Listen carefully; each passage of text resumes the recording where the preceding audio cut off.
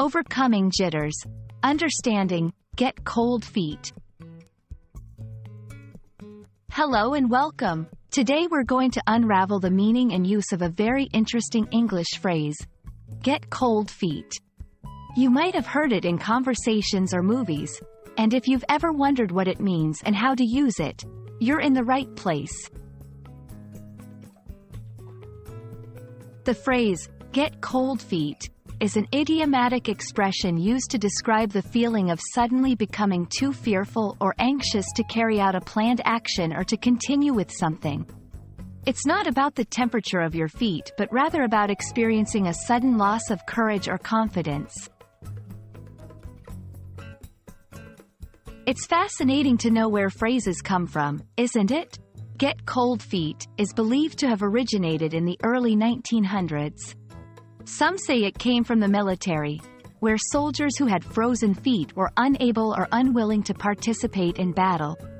Over time, it evolved into a metaphor for losing the nerve to go through with something. To understand it better, let's see get cold feet in action. 1. John was excited about the bungee jumping trip, but he got cold feet at the last minute. 2. She was all set to move to a new country for work, but she got cold feet when it was time to buy the plane ticket. In these examples, the phrase is used to express a sudden fear or reluctance that stops someone from doing something they had planned. Now that you know what it means, you can start using get cold feet in your conversations. Remember, it's typically used when someone backs out of a plan because of fear or anxiety. It's not used for casual changes of mind or minor hesitations.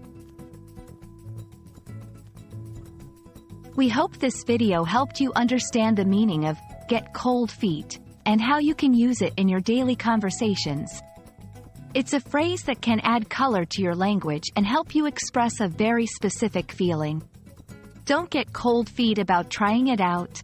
Thanks for watching, and we look forward to bringing you more useful content.